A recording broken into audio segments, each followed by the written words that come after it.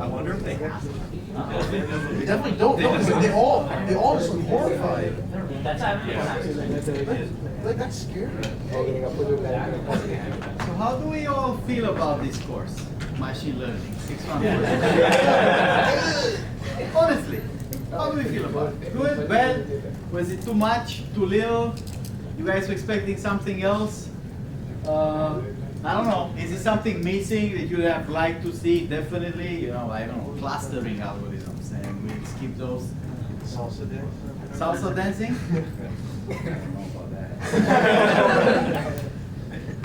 My wife is from Latin America. She's good at dancing, but not me. So why am I asking this? I obviously hope that you guys like the course. I wouldn't put it that way, but at least find it useful. You know, I think there's if you look at your you know, master education and maybe undergrad education too. As I look at mine, I can go back and clearly point out useful courses, useful things that I've learned, and I can point out things that even though at that time they sounded cool and interesting, it turned out they didn't help that much. So that's how you have to judge this course. Perhaps you can't judge it right now. Maybe a year or 2 years from now, looking back, you're going to be like, okay, was it useful or not? Why am I saying this?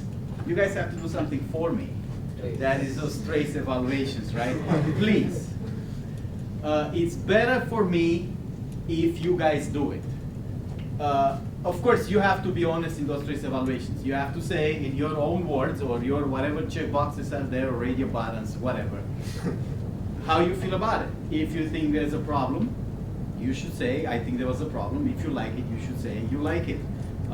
But if you do it, I'd appreciate that.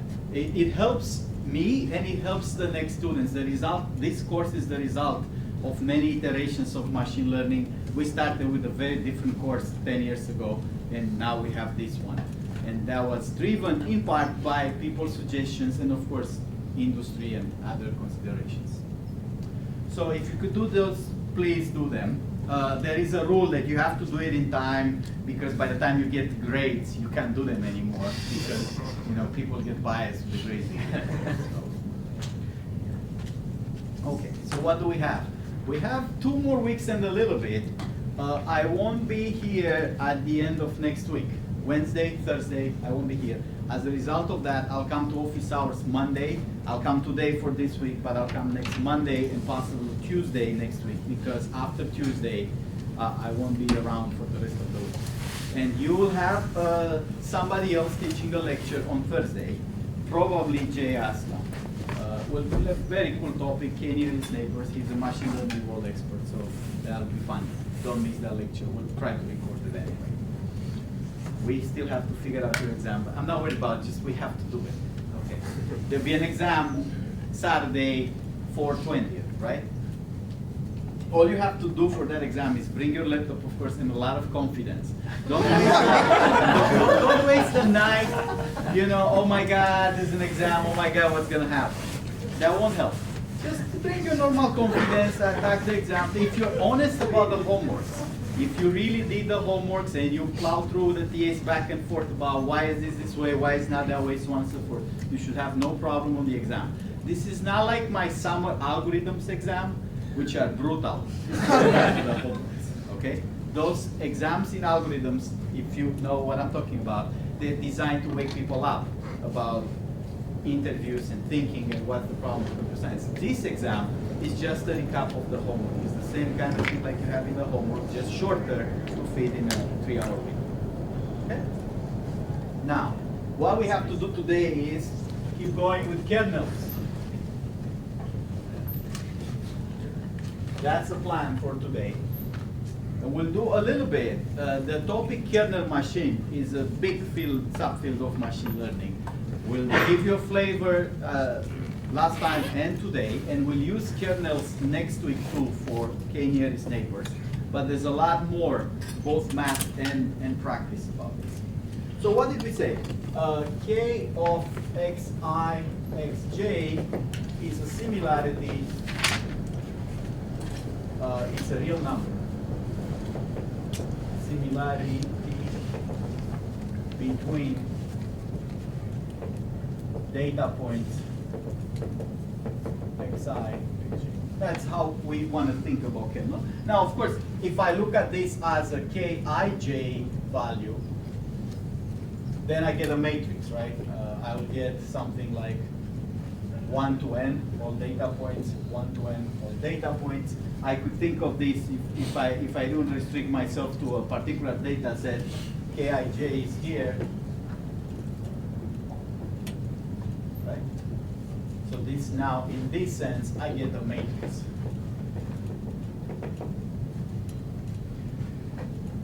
There's some mathematical formulation that say any good similarity function, of course, creates a matrix, but also it's true backwards.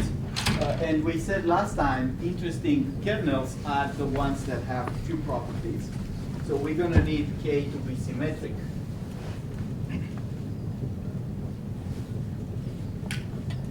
And we're going to beat K to be positive semi-definition. So symmetric, everybody knows what that is. Kij is kji. Or if I want to write as a function, k of xi, xj has to be k of xj, xi. And positive definite is what? For any vector z, we need to have z transpose k in matrix form times z positive. This is a very important linear algebra property. If you take a course in linear algebra, even the first course, first year math department, linear algebra, the typical order is once you get a little bit of introduction, you study determinants, and after determinants, once you solve system of equations, the next two things are eigenvalue decompositions and R decomposition matrices. And the next immediate thing is positive semi-definite. So this is one of the key linear algebra property that's not just here. In PCA, we've seen the same thing. Those PCA matrices are actually very closely related to the linear kernels. To think about a little bit, the linear kernel, so let's say the linear default kernel is k of xi, xj is the dot product xi times xj, just for recapping purposes, sum of all dimensions xid times xjd. And the whole idea of kernel machines was actually inspired by algorithms like support vector machines, who end up having this in their training, this dot product. People have looked at this and say, dot product is a similarity function. What if I replace it with a different similarity function? Can I do that? That's the whole idea of kernel came along in machine learning. Right? So we saw that. I won't put the SVM on the board again, but if you look at the dual property, clearly there is a dot product there. The plan of the kernels is to plug in a random or a different similarity function, but keep the whole support vector machine or any other algorithm that uses dot product the same, except by replacing dot product with a different function. So that's the kernel. And now, the point I was making with PCA analogy, the sigma matrix in PCA, you don't have to take notes, this is just a quick discussion here. That sigma matrix, the scalar matrix, was what? Anybody remember?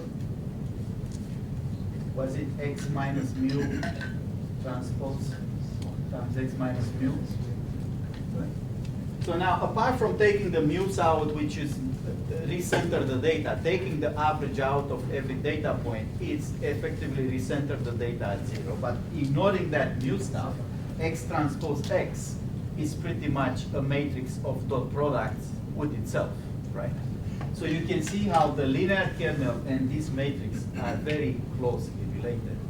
And if you remember, we had some properties there also that we didn't prove that had to do with positive semi-definiteness, right? If we can do this, there was a theorem that allow us to decompose this matrix.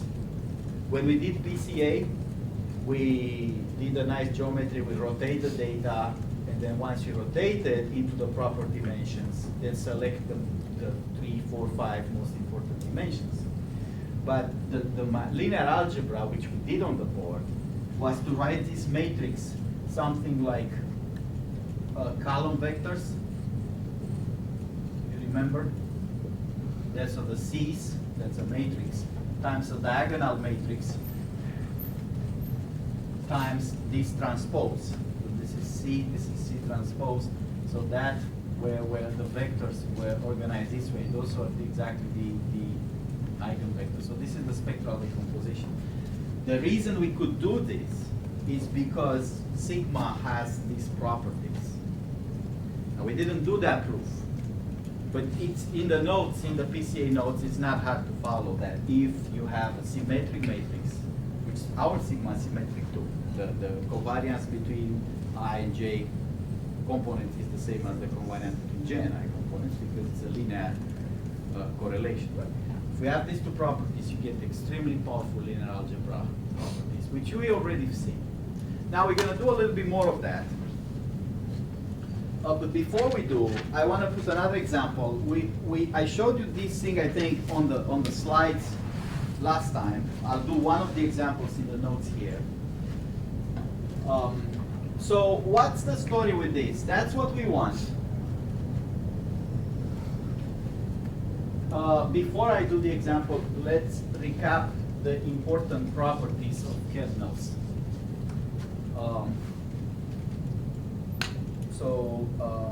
This is the conditions, and this is the properties. So what we want is to plug kernel K inside a dual learning, just like we have for SVM. Can we plug in a kernel instead of that similarity? That's what we want. This is sometimes called kernel trick.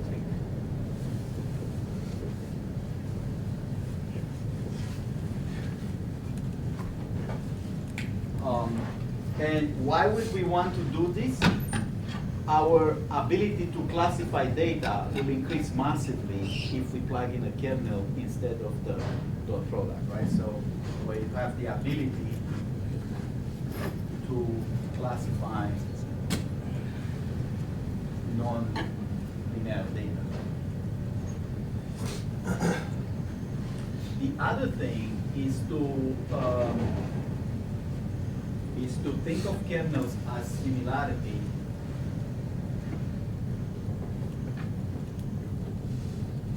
domain dependent.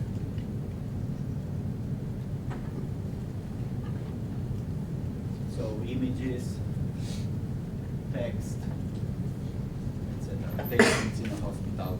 Like sometimes, in order to understand what we want to do, it's good to have some domain specific knowledge. Okay, how do I measure similarity between two patients? A doctor will already have a pretty good sense about what that means, so on and so forth. So I want to do one theoretical example that shows the power of the kernels, and again the methodology of what it is, and then we'll go into a little bit of theory. So any kernel, by definition, so these are the necessary and sufficient conditions. But the definition of a kernel is that K has to be the dot product of a transformation between the data. So the plan is, conceptually, I have my data, I move it to a new space, and in that space, I still do a dot product. So the kernel is still a dot product like before, just not in the original space of the data. However, this is only for conceptual theory. We're never gonna wanna get this phi explicitly because that's not how we wanna do it. So for computation purposes, we want K of xi, xj to be computed directly.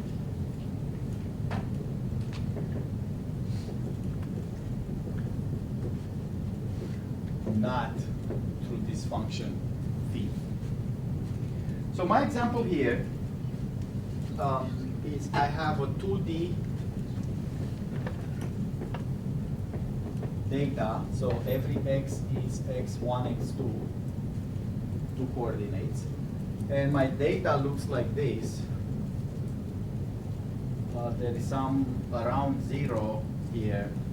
There's some, I'm following the notation of these nodes. Here there's some circles inside and some crosses outside. Same as plus and minus. So what's going on here, everybody inside this ellipsoid is classified as a circle, and everybody outside the ellipsoid is classified as a cross, right? And you can easily see that data is not linearly separable here. No matter how I try to put a line, just visually speaking, it doesn't matter if it's support vector machine or regression or any linear classifier, I can't isolate the circles out of the crosses, right? So the transformation we're looking for, this phi of, so x1, x2, that's the data point, right? x1, x2. From 2D, that's this space in here, 2D, I'm going to go to 6D. So I'm going to generate 4 more coordinates here.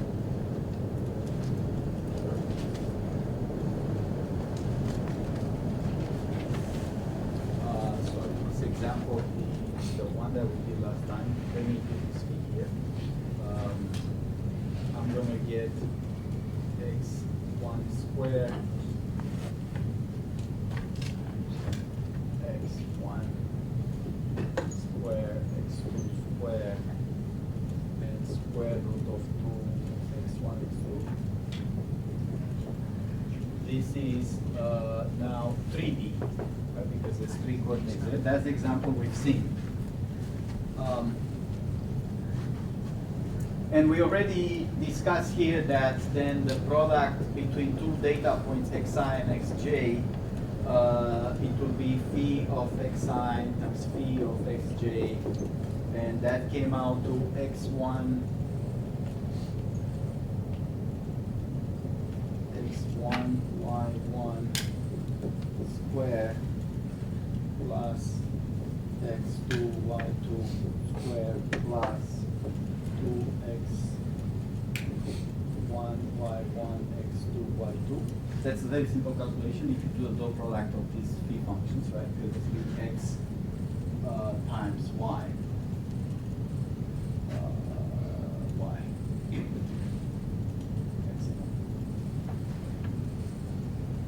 And this will separate the circles out of the dots. Now, if you plot this in 3D, you will see how this stuff in here, you get something like this. The circles are around here. There's a hyperplane.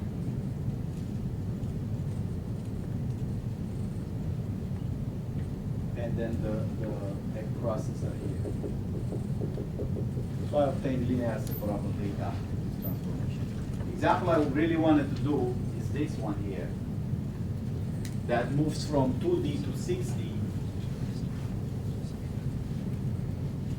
So here and here, another example. The data I have here is a parabola. And there's pluses inside and minuses outside. This is also linearly not separable. There's no way to cross a line here to take the pluses and the minuses in different sides of the line. You can see that visually. No matter how you put the line, you're not going to separate all pluses from the minuses. So the transformation we do here, phi, will be phi of x, which is really x1, x2, right? x1, x2 will be x1 square,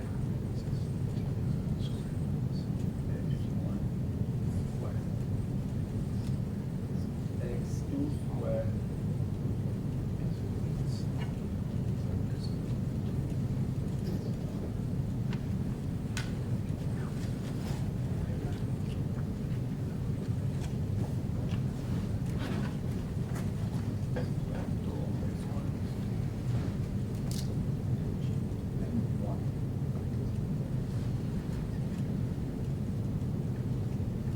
So that's from 2D to 6D.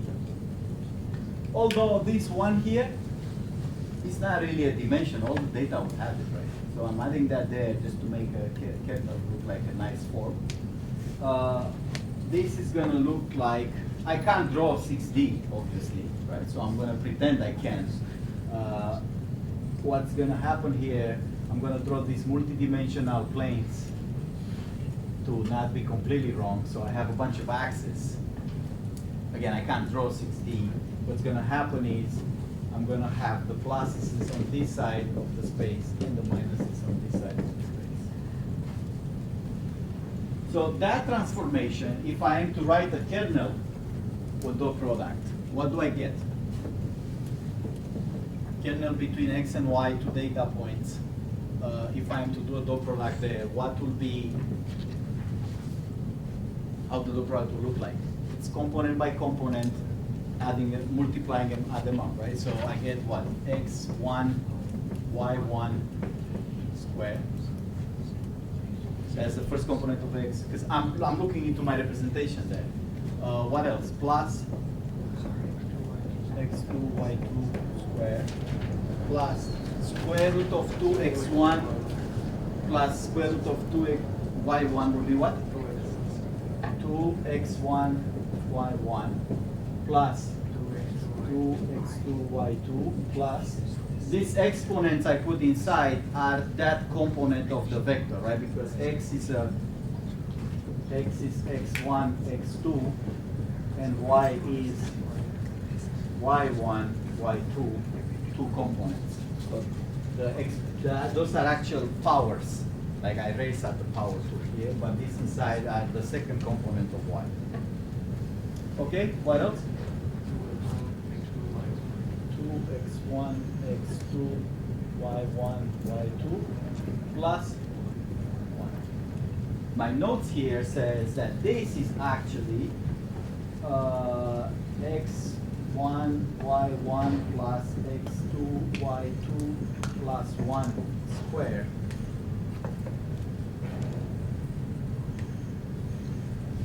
Is it?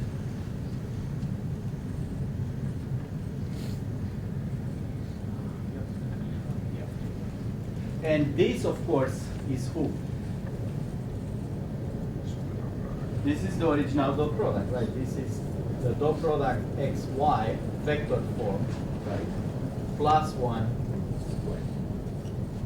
So, what's my point of these examples? In practice, again, we're not looking to put our hands on the phi. The phi will always be hidden. But of course, we need a way to compute the kernel. So we want to have a computing methodology like this without putting our hands on the phi. Now, support vector machines and other kernel machines, you don't need to specify exactly how this looks like, the kernel. You need to give it the kernel class. This is a degree 2 polynomial kernel because it's polynomial in the original kernel, it's a degree 2. They have the ability to find the coefficients you need, like what's the A, the B, and C for a polynomial degree kernel. But you have to give them the kernel class. If you tell them it's polynomial of degree 2, that's the only kernels that are going to be tried in there. Of course, once you say it's polynomial of degree 2, so by polynomial of degree 2, I mean something like A times t squared plus B times t plus C, where t is the original kernel value, right? K is the original x times y. So once I say something like this, I can expect maybe them to find the right coefficients I need within that class. I think we had this idea when we were doing linear regression also, that as you will keep on adding dimensions, the data will become linearly separable. But at that point, we discussed it as a drawback, saying that it would lead to an overfit solution. Right, so that's a very different thing that support vector machine. That idea relates to sparsity. Like think about text. If you keep adding dimensions, words and bigrams and n-grams and all kinds of things you can extract from text, even conceptual meaning, NLP translations, whatever, I can increase the dimensionality of the data, text data sets from spam emails are what, 50 dimensions? I can easily create 200,000 dimensions for text if I consider a lot of n-grams as matching functions. But of course, they'll be very sparse. Any email or article will only match out of the 200,000 features, just very, very few, right? There's no words and n-grams in that piece of text. So the point I was making at regression is that if you increase the space to like 200,000 dimensions without increasing the data points, I still only have 4,000 emails. The data becomes so sparse that regression actually is a collection of classifiers. If you look at the regression function, is a sum of 200,000 products, coefficient times feature value. But there's 200,000. In that 200,000 summation, for a particular point or even a subset of points, only very few coefficients count out of the summation because everything else is zero, right? Sparsity would say for every group of documents, emails, or text, most of these 200,000 coefficients would be zero. Feature values would be zero, therefore it won't matter. In that sense, regression can place the coefficient it needs to place, large or small, only respective to that group of documents that have those features. The other coefficients will not affect the square loss because they won't have those values. That was my discussion of why regression, when you increase the number of features, becomes many classifiers for different data sets. It's still one summation, but in that summation, that piece corresponds to those documents. That chunk corresponds to these other documents, that chunk to these other documents, so on and so forth. And you can overfit. In fact, linear classifiers, which seems like the least overfitting ability, right, the simplest ones, they use it now for text. In most machine learning for text like classification would use regression, will always get training error equals 0. It's very common to have training error equals 0 if that's what you want. And it's faster to obtain for regression than for boosting because regression have a fast either Newton optimization or normal equations or something much faster than adding trees to the ensemble. Problem is, it doesn't generalize so well because you need 200,000 features, you need a lot of data points to control the overfitting process. Now, how is it different than this? This is not about sparsity. Okay? So the transformation that we're looking for is moving the data from one space to the other. These are continuous dimensions, right? So I'm not inducing any sparsity. I'm just inducing a much higher space in which, even though a projection could be obtained, like you can see some of my features are the original features. If I am to project this 6D space into those first two dimensions, I get exactly the original picture. But the other dimensions help me isolate those classes. Of course, this transformation, and implicitly this kernel, is designed specifically for this problem. It's a domain-specific transformation. Right? If you wouldn't know it's a parabola or an ellipsoid, those are both quadratic forms, right? Both the ellipsoid and parabola. You wouldn't know what transformation to pick, right? If I show you a different picture, you might say, then I need this Gaussian transformation or some other things that require some knowledge or at least some intuition about what the non-separability looks like.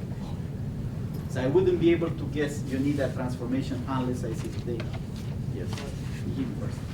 So generally most of the data sets will have more than 2 dimensions or 3 dimensions. So it's not possible to visualize that. So how can you have an intuition for that kind of? So how can I get domain specific about text, emails, or patients, or images, whatever my task is? It's a great question. I'm not going to answer. Okay. But it's a great question, right? If I don't, I have the data as in that feature values. I can visualize it, but I have patients, I have medical records, I have emails. What kernel do I need? That's what you ask.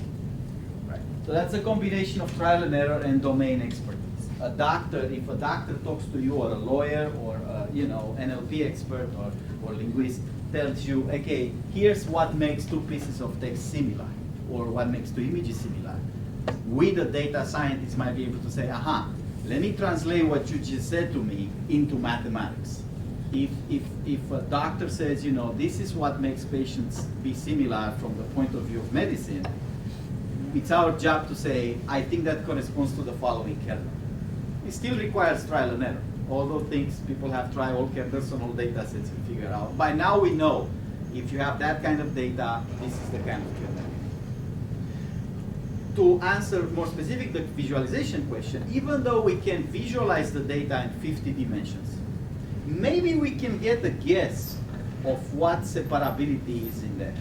People have done random projections on different spaces with PCA or with, you know, other projection methods, just to try to estimate how does it look, the difference between plus and minuses. So there is some ways, usually visualization people and these initializations that we have in EM or neural networks require some sort of digging into data to see what's our guess, what's our best guess about this. It was an extension of that question, that if we have 6D, can we apply kernel and transform it the other way around and then visualize? In 2D. So this transformation backwards, we're going to lose information. It's funny to put it that way because you're going to say, what do you mean? I can obtain all these features from the original ones. There's nothing theoretically new in here, right? You can say, apart from the first two, which are the original ones, there's nothing new. So how come my machine learning algorithm support vector machine in this case? We need those other 4 or 5 things. Those are in the data to start with. The problem is, remember the original picture which I drew 3 times on the board with the margin lines? We assume that we're looking for a line, right? The same thing with regression. And the same thing with our algorithms. We make that assumption. Within that assumption, we solve for the best possible line with margins, optimization, and so on and so forth. So the reason we need this stuff in here is because some of it deals with the non-linearity in a way that the algorithm support vector machine cannot. But that's not exactly a technical answer, but it's what's going on. All right, so how comfortable are we with this machinery? So far, the last week and the week before, we've seen the support vector machines, which is a very fancy linear classifier, driven by this notion of put the plane as much in the middle as possible. I'm not going to draw the picture again. The difference between support vector machine and regression is that instead of doing regularization for those weights like regression does, it figures out geometrically what points are the ones that support the plane, or prop the plane, or influence the plane. Those, like in active learning, will be the points closest to the plane. And if we can eliminate most of the other points quickly, we're down to plane that's supported only by some support vectors. I think there's an exercise with 6 points in the homework that do the job for that classification. And it's very easy to check this with support vector machines. At the end of the algorithm, the alpha coefficients, we check which alphas are non-zero. That will give me immediately the points that have a positive influence on the plane. That is, if I take the other points out, it won't make a difference where the plane sits. So that's great for a linear classifier. It's optimizing something very intuitive what it is, the distance between the plus and the minus plus. But it needs something like this to deal with nonlinear data. So in here, what I was saying is that this is a polynomial degree 2 kernel. Most support vector machines that take kernel will have a parameter that says what kind of kernel you want me to use. And then the other kernel I want to show you here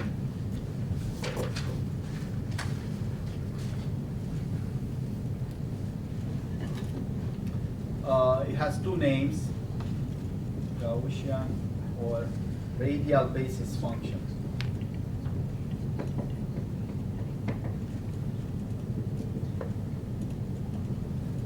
So RBF kernel is k of xy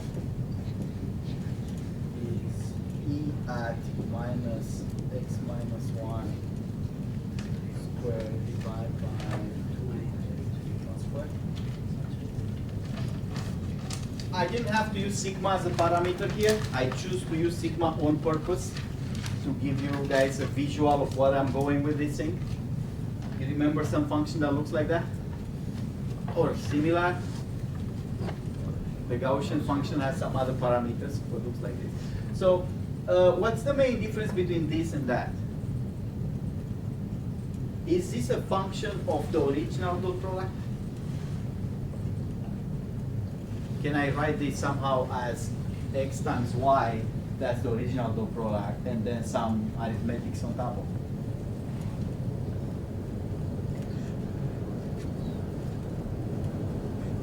So there's a clear difference. All these examples so far use the dot product in a polynomial, and when you expand the polynomial, if you are patient, you can actually get the phi transformation explicitly. You won't be able to do that in practice, but in these examples, you saw the phi in here. So I would like this to also be some phi of x times phi of y dot product.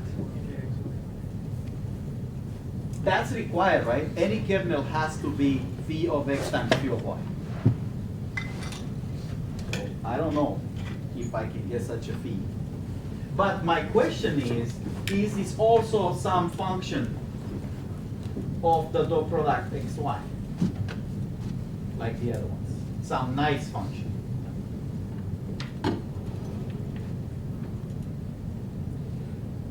So we don't want to go too far into the math. This part is required, but this is far more difficult to put my hands on this phi. I'm only going to say that this phi has to have infinite number of dimensions. There is no finite like 60 or 3D or 40 that will give me this. But there is an infinite expansion that if you do the dot product in there, I get the Gaussian kernel. It has to relate to some degree on how the exponential function is written as an expansion series. How about this? Can I get this to be a function of the dot product?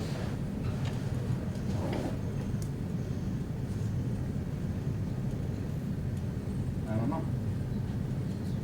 If it is infinite dimension dot product. The function has to be a deterministic function like I have here. This is 1 times that plus 1 squared, right? Okay, I'm looking for a clean function that takes the original dot product and computes that. I'd say probably not, but you guys are welcome to try to think about, can you express this as a function of the original dot product? If we cannot, can I compute this? So this is difficult, very impractical. It's usually impractical. It's not what we're looking for, but in the Gaussian kernel would be much more difficult than in these examples. But can I compute this? That's the practical question. If I'm to plug this kernel into my, support vector machine or any other algorithm that uses dot product, can I replace the dot product with this? Can I compute it? Yes. I can take a norm. So where would this help? How would this Gaussian thing do? Like you can see, the polynomial degree 2 helps when I have something like this. This has to be a nice ellipsoid for the degree 2 to work out. And when would something like this work? Like my picture here, I'm going to put on a projector. It's all kinds of regions that are they're not the same that contain the positive stuff inside. So they're not the same, but they have to, guess what? Follow some notion of a Gaussian. Those regions have to be like nice sectionals of Gaussian, so I can have something like this. These are the regions with the pluses.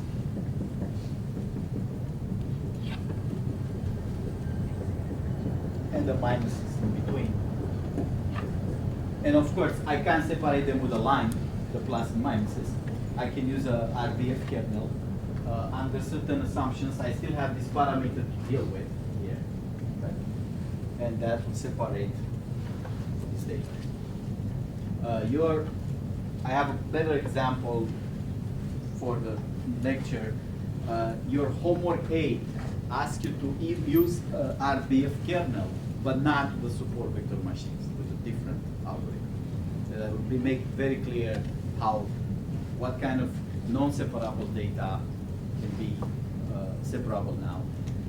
An RBF kernel would work here, because this is a particular case of a sectional of a Gaussian. It will be more expensive to use than a polynomial degree 2 kernel for this example. However, these are usually more robust. Everything that has close pluses, close one side as opposed to open the other side, RBF kernel tends to work if these closed things are convex, if they don't have concavity inside.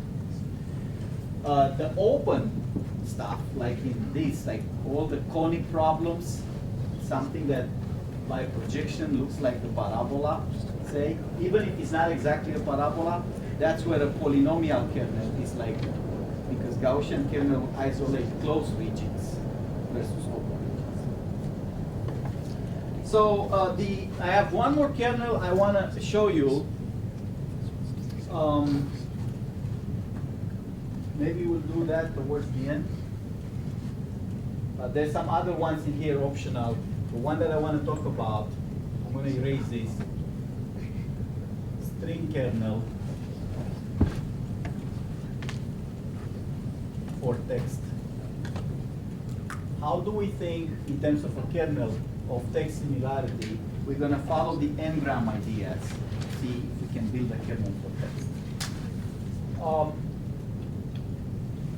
And then, so we have to do that. The other thing I want to do is to talk about these conditions right here. So let's maybe do the string kernel first. Hopefully that won't take us forever.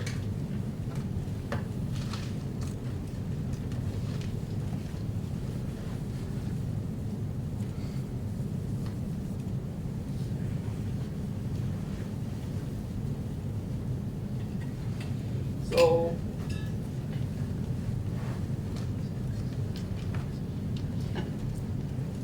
I want to create a transformation of text into features. So I'm going to say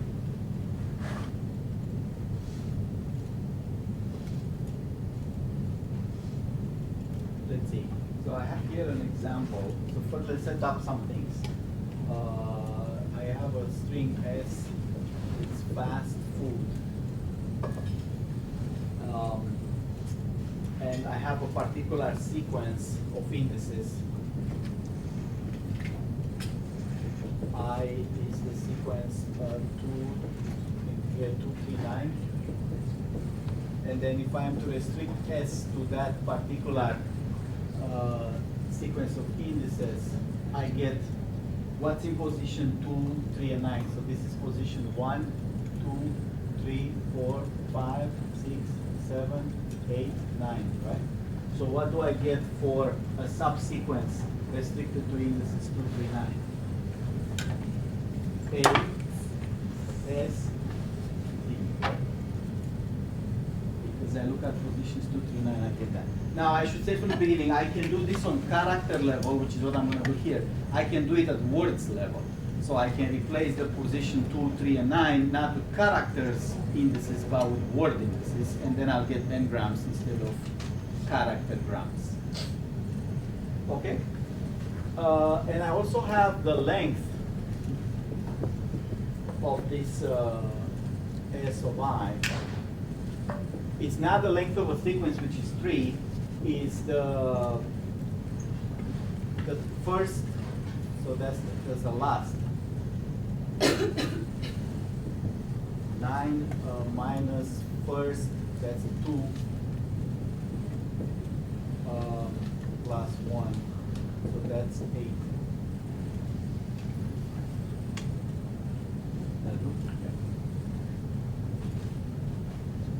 Okay, so now how the mapping goes.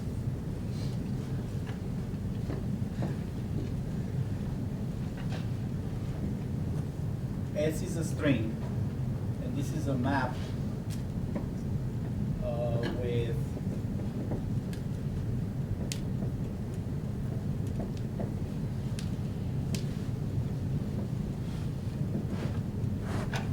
so instead of components, maybe we can say features.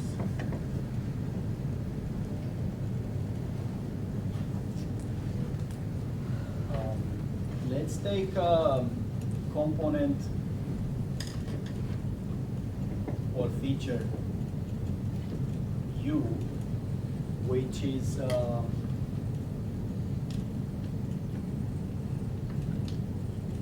some particular subsequence like this. It's a particular subsequence. For example, you can be this exact sequence ACD that I have here.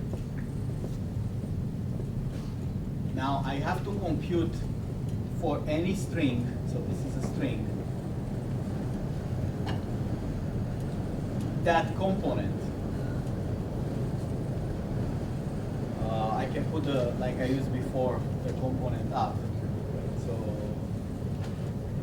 this is the string with the component U. Again, there will be many such components. This is just the component of the map that is corresponding to this particular string ACD. And the meaning of this is how well ACD matches the string S. So in English, if this is a match between the string S and the component U. So I'm asking, if I fix my component to this particular subsequence, how well that matches my text. The formula that we need to create a valid kernel here is a sum over all occurrences of U in the string S.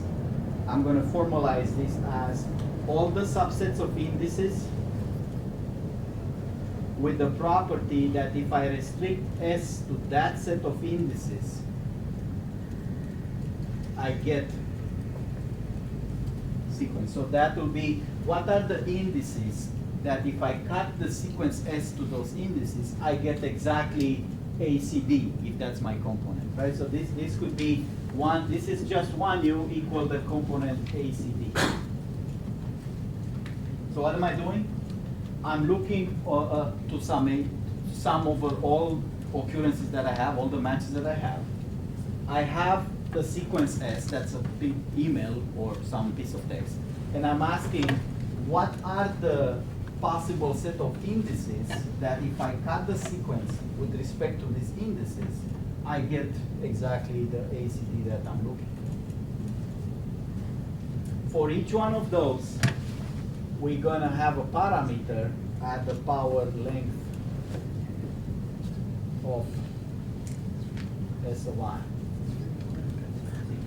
Is that what we say here, length of S1? So as an example, I fix this component ACD and I want to compute P3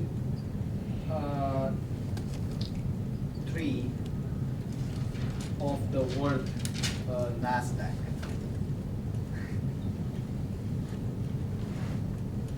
So the word NASDAQ, again, that's a vector of things. Let's say I want the component ACD. That's U equal ACD. What are the indices that will give me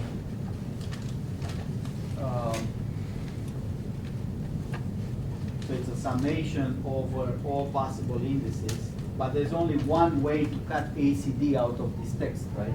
So this is positions 1, 2, 3, 4, 5, 6, right? What's the only way to cut ACD out of it? 2, 3, 4. That has to be the sequence 2, 3, 4. There's only one sequence that does it. 2, 500 or 5, 3? what? 5, 3. I think it has to be in order. But that's probably something that you can have as a parameter. I've seen in my information retrieval life that a lot of matches have a parameter in order or out of order. That is, do I want to match the n-gram specifically that order or not? So I guess we can lose that restriction if we want to. So this will be the lambda, that's my parameter, that's a fixing at what power? The length of this I is what? Is 3, right? 4 minus 2 plus 1 is 3. How about, I have a weird example here, I don't know why, but I'm gonna use a text.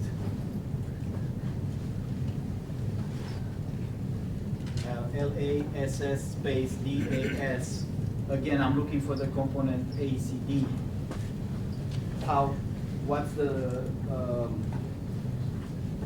summation there? I have one sequence that is to get ACD, A, S, and D.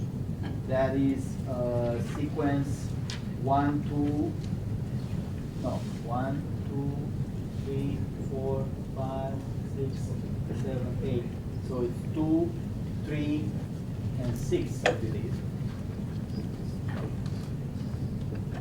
And if I'm allowing those sequences to overlap, which is typically how it's done in this matching, I have another set of indices that work. That would be 2, 4, and 6. This would be alpha to the power 5 plus alpha to the power 5, lambda, sorry. Because the difference here is 5. Let me ask 2 questions. I'm not going to answer them, and then I get to you. That's my point. I want to know what's the purpose of this length here? So why is it lambda at some power that corresponds to the length?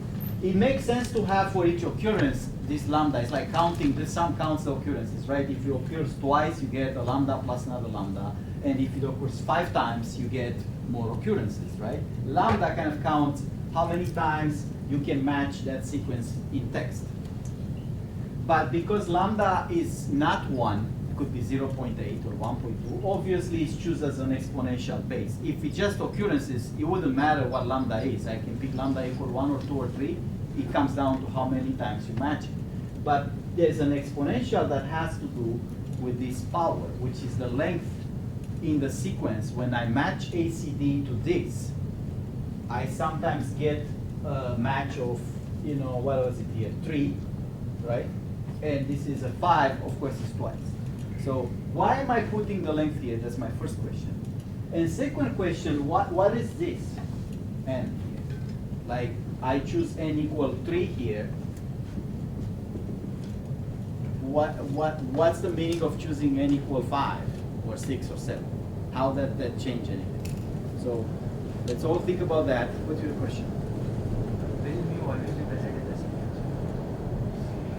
Will the mu be always be present in the sequence? Mu?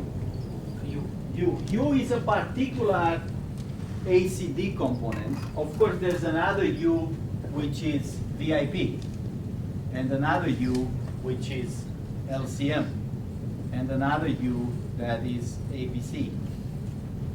So what I'm saying is different U's create different components of this vector. I'm taking a string, and in here I'm only producing one value, the value corresponding to the component ACD. But I have to do the same for all possible sequences, right? So the vectorial representation will be into any string how many sequences I have. I may have 200,000 sequences. So back to my questions.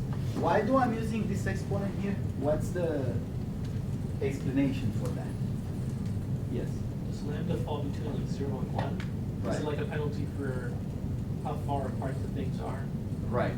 So this is small when the match is tight. There's a limit of how tight it can be, right? Because n equal 3 means if you match exact, the minimum exponent that you get is 3.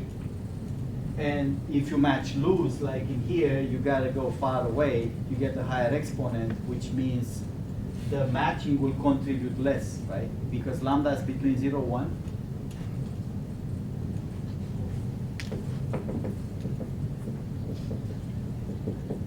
it means that if I have an exponent 5 or 7 or 8, that will contribute less to the match because the matching was loose, was not tight. That's how skipgrams are matched in text. How about the n? That particular component. You ASD, that's the third component. Length of the What? length of the component. So this 3 means use all components that have 3 characters. If I say n equal 5, 5 characters. So if I do this with words, which I can do the same exact thing with words, n equal 1 would correspond to unigrams. N equal 2 will correspond to bigrams. N equal 3 will be trigrams, 4 grams, 5 grams. Google is using 5 grams for their matches. At least that's what published. There's a bunch of things that they don't say, but what's published in terms of their matches, the Google Graph uses 5 grams. So they have the ability to detect matching meaning within text that's up to 5 words, even far apart. Like they can control it's called a slope, how much space you want to allow in between. You could say here there's a maximum length allowed if things that match over, say, 20 characters far apart. You can make that 0, but lambda 20 will be 0, almost 0 anyway, right? If the matching is very loose, you don't need to take it out for expressivity purposes, but you might want to take it out for computational purposes, to not have to deal with, when you look for those matches, everything that passes at the threshold, you can say, I'm not looking for it anymore, this match. Okay, so n controls this kind of unigram, bigram, trigrams, either characters or words. And this other parameter exponent is controlled by the lambda. Lambda equal 1 will have no effect on the match, right? I get basic counting. But with lambda closer to 0, I'm counting far more the tight matches versus the loose matches. If lambda is 0.1 or 0.01, any loose match would be very bad. Will we change the lambda values depending on the n? Right, lambda is more like a hyperparameter, how you want to control loose versus tight. It depends what you're looking for, right? In certain, domains, in free text, it's not good to have a small lambda because people express meaning in long sentences. You can have a loose match. But in specific text, I'm looking for some particular properties of objects in, graphics drawings. Those properties, for them to match to mean something, they gotta be close to each other, right? Or I'm looking for locations. That would be a bigram or something. I'm never gonna have New something York. That's not New York anymore, right? So sometimes I'm looking for tight matches, then I put a small lambda. Question? And also a hyperparameter. And has to do, I think, my experience with text is, it has to do with the ability and the computation of the algorithm. If you have, because n equal 3, people don't use just n equal 2 or 3. When they use n equal 3, they mean use 1, 2, and 3. So nobody would use trigrams without unigrams and bigrams. So most machine learning algorithms will not be conceptually imperiled by having more features. If they need us the unigrams, they will select unigrams, like especially boosting type of algorithms. We run boosting for so many rounds. If unigrams do good, they select unigrams. But the computational aspect of introducing bigram and trigrams could be very challenging. Unigrams are on the order of tens of thousands. Bigrams, hundreds of thousands. Trigrams could be easily 1.5 or 2 million. So do we have the ability with my computational algorithm to look to 2 million features? I can tell you that in my consulting job, they use bigrams now. So the bigrams is the sweet spot in a medical domain between what I can do computationally. I don't want to go to n-grams like Google does because I don't have Google farms of computers, right? And it's solar now, so they don't, just the cost of the hard drives that needs to be replaced. But on the other hand, we think that unigrams are not good enough to detect whatever we classify for. There are some expresses meaning by bigrams, and those meanings cannot be obtained from the unigrams. Can you use either domain knowledge or something about the margin of each feature to figure out which should be bi or trigrams? Say doctors say this bigram is ambiguous unless you have a third word, so you add those Trigrams. features? Sure, yeah. So the trigrams are usually computationally impossible unless you are a big company. Like if you're IBM or Apple or Facebook, you can use trigrams, but the medium company will not be able to use trigrams, all of them. What people have tried is to use some dynamic features to say, okay, use the ones you have and only try to add the trigrams that seems useful. If you isolate, like boosting does, a bunch of points and you say, okay, I want to differentiate these points now, which is only a subset of my data set, not all of them. Look for all trigrams or foregrams just in this data set to find out if there's anything useful. So that would be a way to not add all the trigrams, but only something that helps me right there. Not very successful, I think. I mean, that's an idea that's been tried to some degree. I think most people use bigrams. And as far as I know, text problems that go beyond, the meaning goes beyond 4 grams or so, like what you can understand, are open problems currently, especially, say, political discourse. You know, this typical, very simple problem, classify whether this politician that wrote this speech is Republican or Democrat. Very hard, because they use the same words, right? It's the same words in there, so unigrams have no hope, right? And then, unless you have some other way of going by, you know the name of the politician, or you know the party, or you know where he was talking, which are obviously not textual features. Looking for the text, it's a known problem. Political discourse is very hard to classify by a machine learning algorithm because the meaning cannot be easily encoded in unigrams or bigrams.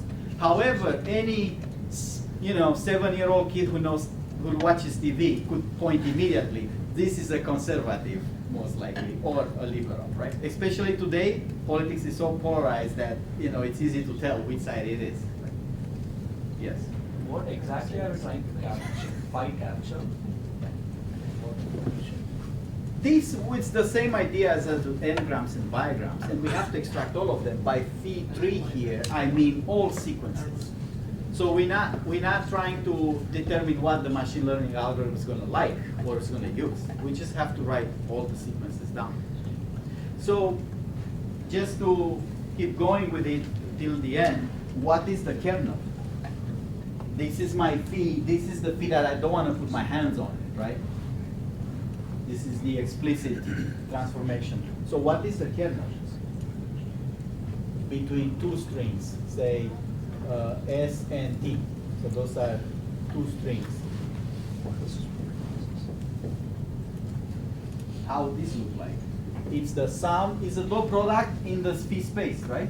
So it's the sum over all possible U's, those will be sequences, of phi of S component U times phi of T component U.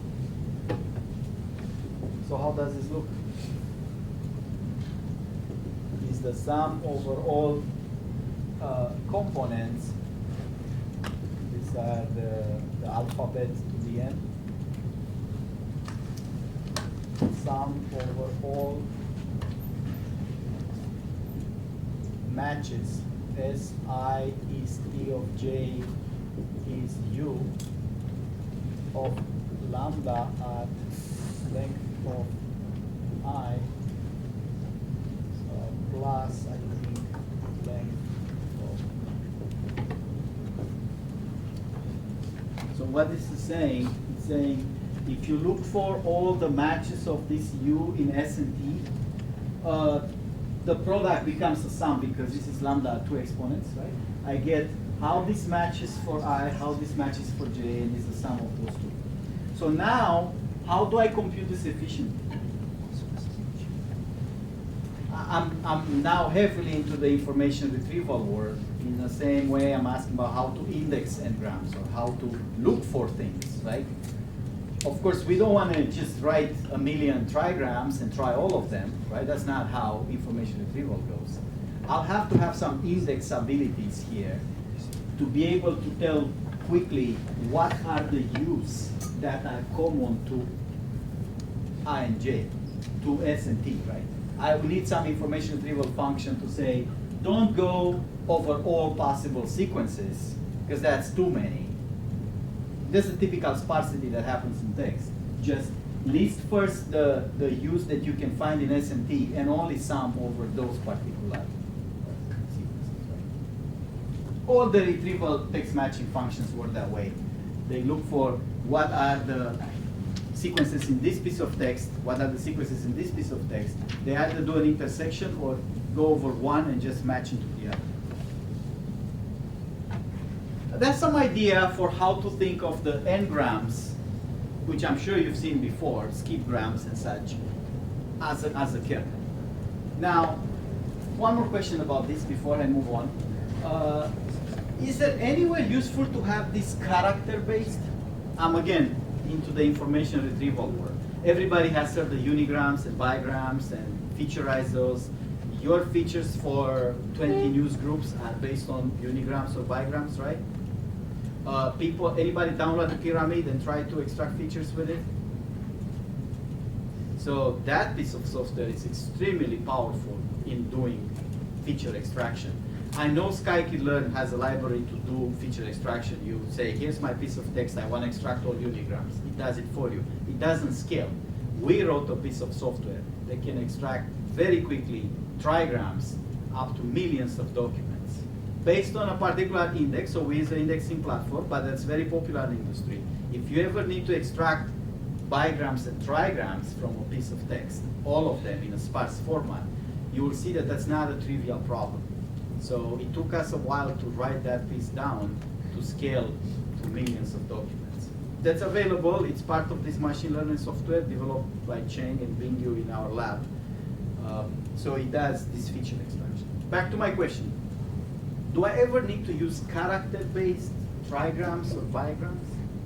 Spelling mistakes. Would I ever use unigram characters? No. Probably not. So spelling mistakes, what else? Yes. Probably have a punctuation help, like you see an exclamation point and another exclamation point. Or the wrong punctuation, maybe by looking at continuations and prefixes and suffixes. I don't know, can I determine some punctuation? Punctuation is script of usually, right?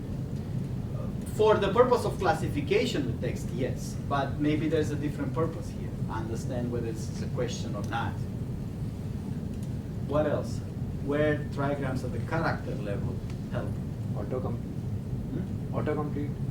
Autocompleteness, yes. Also, determining some clarifying translations. If you look at translation from English into French, a word may have different versions, but if you look at specific endings, prefixes, and suffixes of this word, which have to do with trigram characters, you can very quickly determine which one of the three options. Because you have this word matches those three, this word matches those two, and this word matches that. So now I have a sequence of 3 words. Which is the most likely sequence on the other side?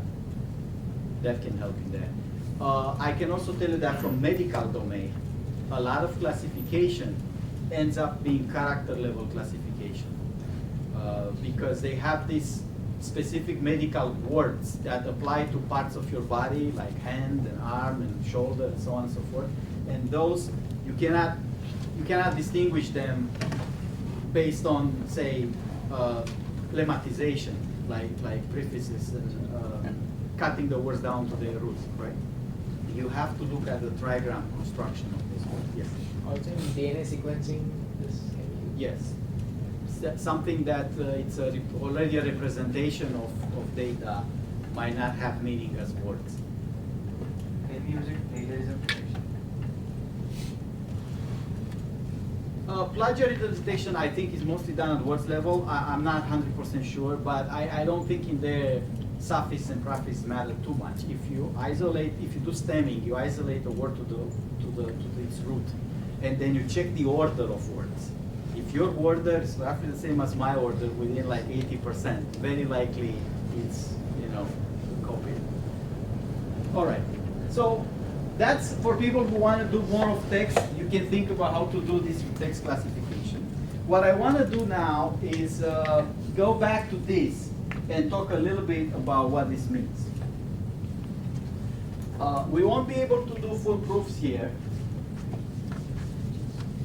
but let's do a quick attempt. and then see if, I want to leave it in a place that everybody's happy.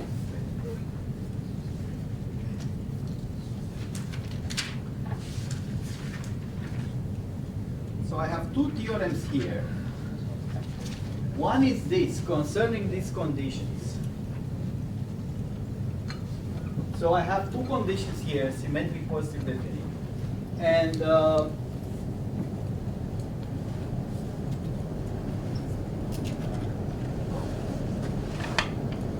my theorem here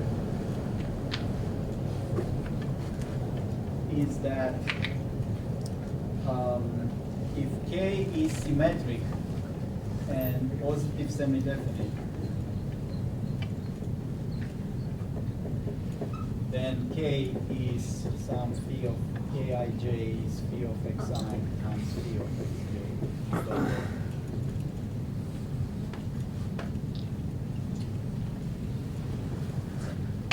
Well, let's see. This is not a formal proof, but at least to see what will be the steps required. I'll put the steps here and then the details to be determined later.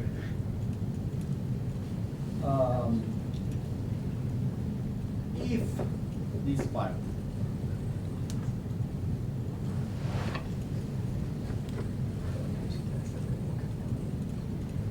if K is symmetric and it has a spectral diagonalization that is K with this column vector, when I showed you at the PCA, times the diagonal matrix. Let's call this C transpose.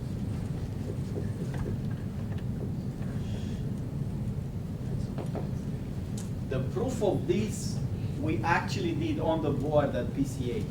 We were looking at these eigenvectors and we say eigenvectors have a certain property, multiply with a scalar because it's another matrix. And I went down and I say, okay, play with this transformation to obtain what we use there is that that matrix was symmetric and positive definite. So that's how we got it. I don't think we did all the details, but that's the same exact idea. So even further, C, so this diagonal, and C is orthogonal.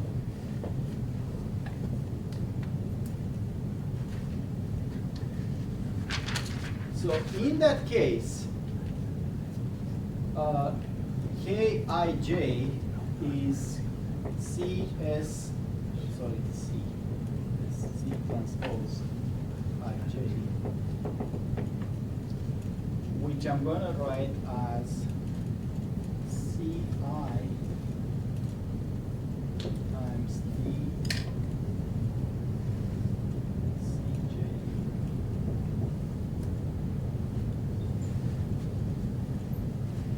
which is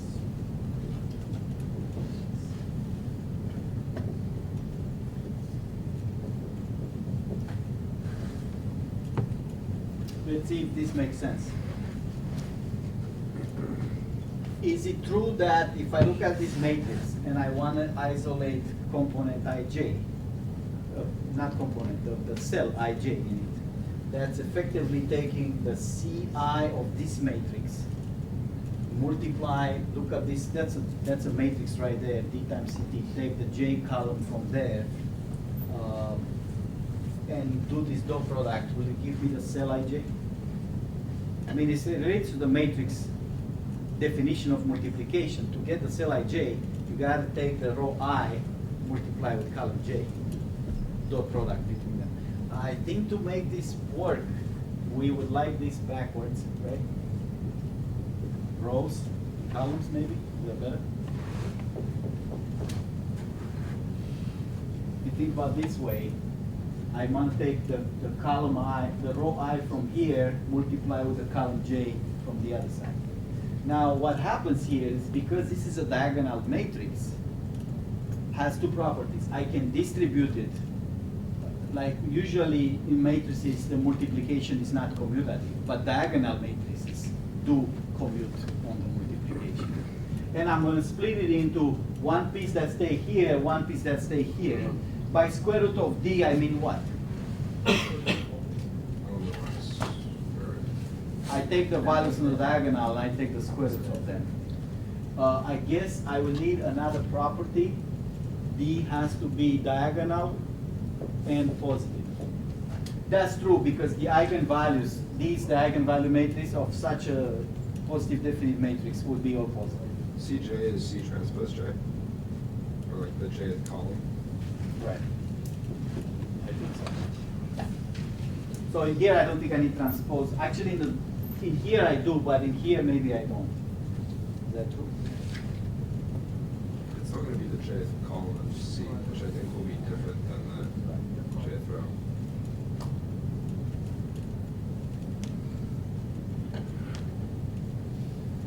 So now, is this the dot product I'm looking for? Can I take phi, apart from your question, phi of xi, I want to take the square root of d times ci. Right? That would be my mapping to say, you want to write the kernel as a dot product of some representation in some other space. Well, if this is a dot product, this should be my representation of Ci, and this should be my representation of Cj. I still don't know how to deal with this transpose here.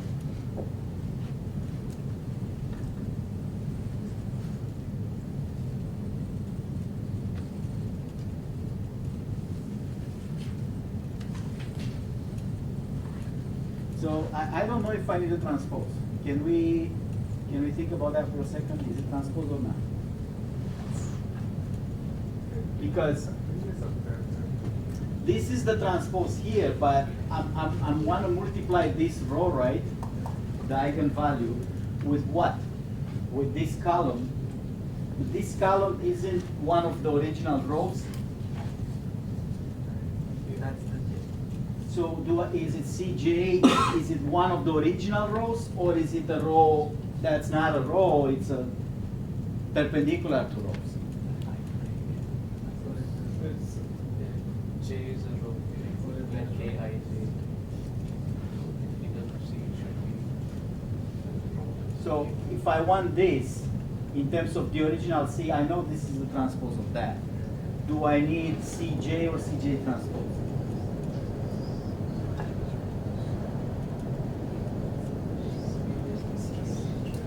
So how do dot products work? This is a dot product, right? It's every component from here, multiply with the corresponding component from here and add it up. My guess is this is Cj. As in, looking at the original C, you need to take, this is the I column, I row, and this is the J row. You need to take this vector, not this vector, perpendicular to the eigenvectors. But let's think about it. After the class.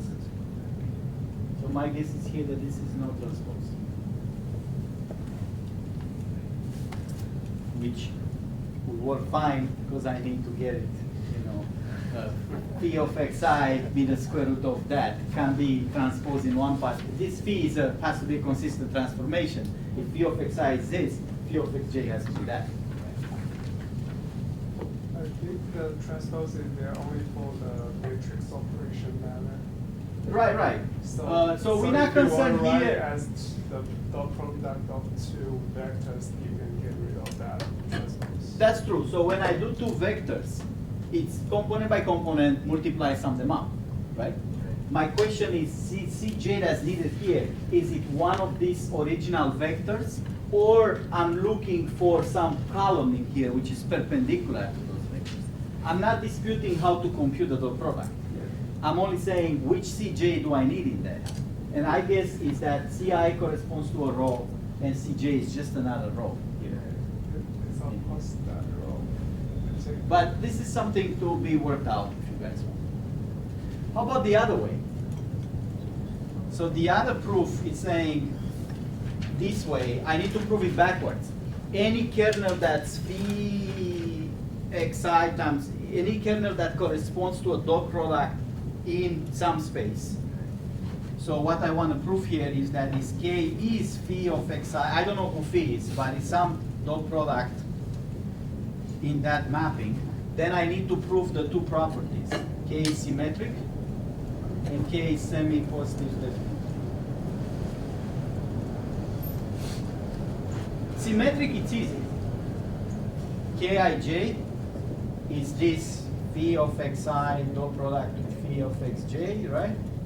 That's of course is the same as phi of xj dot product with phi of xi. It doesn't matter what space this is in.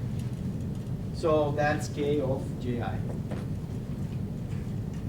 How about the positive definiteness thing? If Z is a vector, what is Z transpose KZ? That's the definition of this property says that has to be always a positive thing, no matter what the vector is. So I say this is sum over all pairs Zi, Zj times Kij. That's something that needs to be verified manually. So first of all, what's the dimensionality of this thing? Z is a vector, so that's 1 times D. K is a matrix, so it's D times D. And this is D times 1. So the dimensionality is a 1 value in the end. And I'm saying this value is actually a sum over all the pairs. Multiply the Zi with Zj and with the cell Kij. And that's how you get, by summation, the actual value here. You can do it very easily manually by hand, because if you do matrix multiplication, then you'll see that this product here of 3 things, it's effectively a sum of many, many pairs, specifically these square pairs. I don't know if you believe me or not, hands up. Hands up who understands at least where I'm going with this, but is not sure that this is actually going to work out if we put it on paper. Okay. So it's a simple exercise that you can do on paper. Now comes the, I'm going to write this as the sum over I of Ci. Oh, let me add another thing first to make it easier to follow. For all pairs, this is Zi, Zj. Who's Kij? That's phi of xi dot product with phi of xj, right? By definition, that's how I started. The kernel is this. Now I'm going to do something that says this is a dot product between sum of the I for Zi phi of xi and sum over j of Zj phi of xj. So the dot product between these two gigantic quantities. In other words, I'm saying if you were to look at all the pairs times this dot product, this is an expansion of parentheses that can be obtained by multiplying every component in here with every component in here.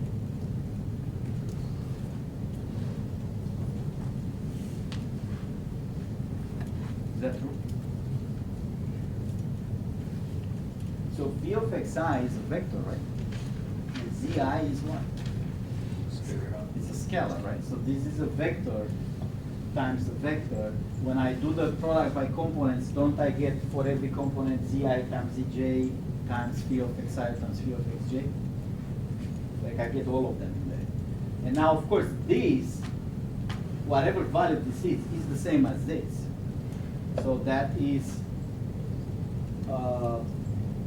the sum of I, Zi, xi norm squared.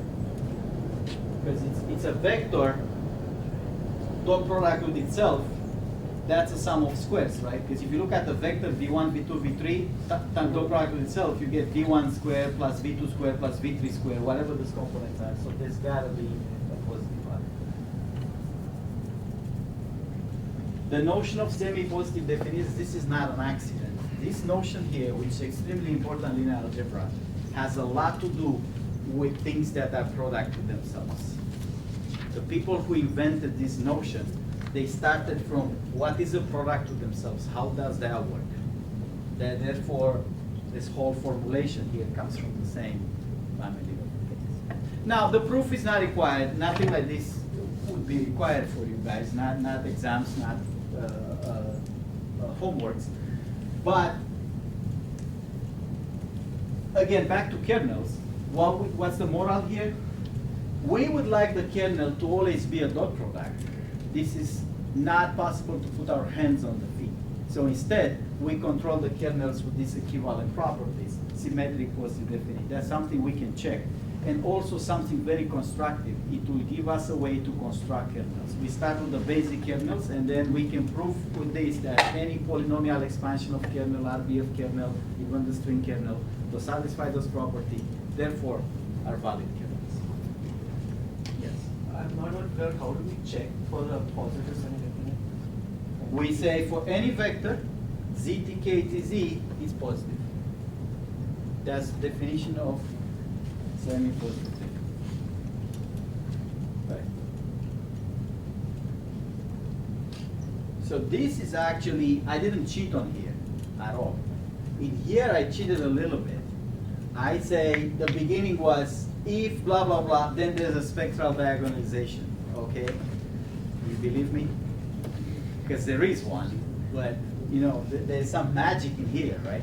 How did you get that? In here there's no magic. In here it's just plugging in values. ZKZ is this. That's easy to check. Kij is a dot product of a phi representation with itself. And then that ends up being the normal vector in some dimensional space. Doesn't matter where, the norm is always positive. Because the norm of a vector is the size of the vector. Okay. Let me say one more thing. That's what we're going to do next time.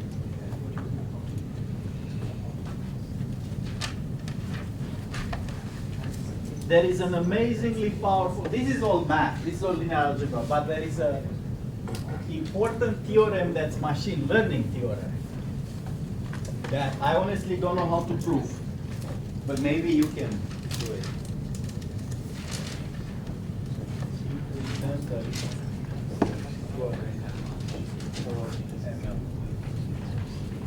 This is an extremely powerful result. It says the following. If my algorithm optimizes some loss plus regularization term, how many things we've seen like that? Loss plus regularization, quite a lot, right? So that especially say I want the minimum, that's my objective. I want the minimum of some loss function. That loss depends on who?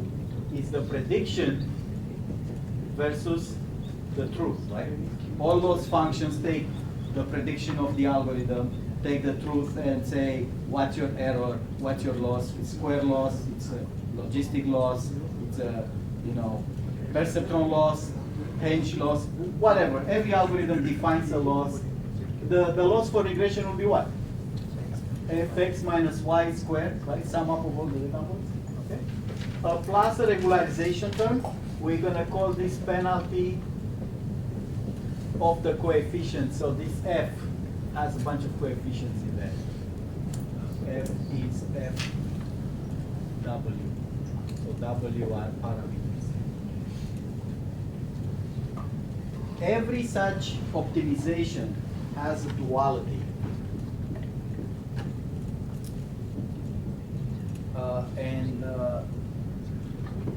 W would be the sum of alpha I, yi, xi. So alphas are dual variables. That's what we had in support vector machines, right? This is a far more general statement. It says whatever loss you have plus a penalty, that's typically the regularization penalty. The solution to this problem, what are our variables here? W's, right? That's what we're looking for, W's. W's will always be alphas times y times x summation. So that's what happens in super vector machines, right? But I can take the perceptron loss, which optimization looks like this. It's a different loss than SVM. And write the perceptron as it, the coefficients as is. I can take the logistic regression, write its own loss, and then write it like this. So further, how to obtain the dual problem? It's like we did in the SVM. To obtain the dual problem, all you have to do is replace W with sum of alpha I, Wi, Xi into the primal problem. In other words, if I put this inside the loss here and inside the regularization term, and I rewrite this function, I got my dual problem, which is a function of these alphas coefficients. So the dual problem will maximize something in alphas that will be this problem. So this is a complicated theorem. We can't do the proof for it. We only did effectively the proof for supervector machine. But what we can do very easily is to apply it to all the algorithms we've seen before. We take the perceptron, what its loss. You can apply this. Take logistic regression, what is loss. We can apply this. So we can dualize this way a lot of algorithms that have this form. Regression certainly fits in there. Now, if we dualize it, maybe we can use the kernel trick, right? If the dual form is something that looks like yi, yj, whatever, xi times xj, like in support vector machine, maybe we can take that xi times xj, the Doppler, and replace it with whatever kernel we want. If we do this, then we've got ourselves a kernel inside the regression function. Say you do that with a perceptron, can you still use stochastic gradient? You have to do the loss SMO. The perceptron? Oh no, the perceptron, we don't need SMO for the perceptron because it's very simple. I actually have the perceptron in detail in the notes, we'll do it next time. The perceptron comes down. If you remember how the perceptron worked, it only moved the plane in the direction of the points that are misclassified. Specifically, it adds that point to the plane. The update was W is W plus X. So what we need to count for the perceptron is how many times each point is added. Every time a point is misclassified, it's going to be added to the plane. Right? So the perceptron rule is W plus X, where X is misclassified. I mean, to make this work, we had this pre-processing step, move all the points to the positive side. But independent of that, if I do this, at the end of the perceptron algorithm, assuming it ends, we proved in class that it ends if data is separable. At the very end, what it comes down to, who's W at the end? Sum of one X. It's sum of x's, but it's a multi-sum because every x might be added multiple times, right? So the W at the end will be something like sum over all the data points. That data point times some count, how many times you've been adding this thing in, right? Every point that's not added at all will have the count 0. This is the count. Every point that's added like 3 times or 4 times will have an MI equal 3 or 4. Hands up, who's with me? So guess who these are? Those are the dual variables. The perceptron duality will come down to, can you tell me how many times each point needs to be added to the plane? And if you think about it that way, you can see how it's an analogy with support vector machine in representing force, right? The alphas in support vector machine represent pressure points put on the plane. In here, who's going to have a large M? Those that gets added a lot, those are the pain in the ass that need to always be corrected for, right? There's a high force because the plane had to correct a lot for those points, right? So we can see this duality for perceptron in detail because perceptron is very easy. For logistic regression, we're just going to use the theorem directly and we get the monster duality problem. Your last homework will be related to this issue. How do I take the perceptron and make it work for non-linear separable data by plugging in a kernel in the dual function? And also the K nearest neighbor exercise that we'll see next. Okay? Now, I think, again, like I said last time, very far, where are you guys with the homeworks? Because I already moving away from homework 7 into homework 8, not yet, definitely Tuesday. Anybody finish the homework 7? Some people did. What percent accuracy you want with R? But you didn't implement SMO, right? Aha. Did you implement SMO? Okay, so at least somebody implemented SMO. Good. So you run what's like SVM like? Does it connect to machine unit schema? Yeah, well, I ran a wrapper for linear. Okay. Linear is the one that everybody's using by now. The TAs will know the accuracy. I don't care. Linear. Kernel is different. That uses their SVM implementation. So you got to use your SVM, otherwise. Yeah. Every time I've tried to use The thing with SVM is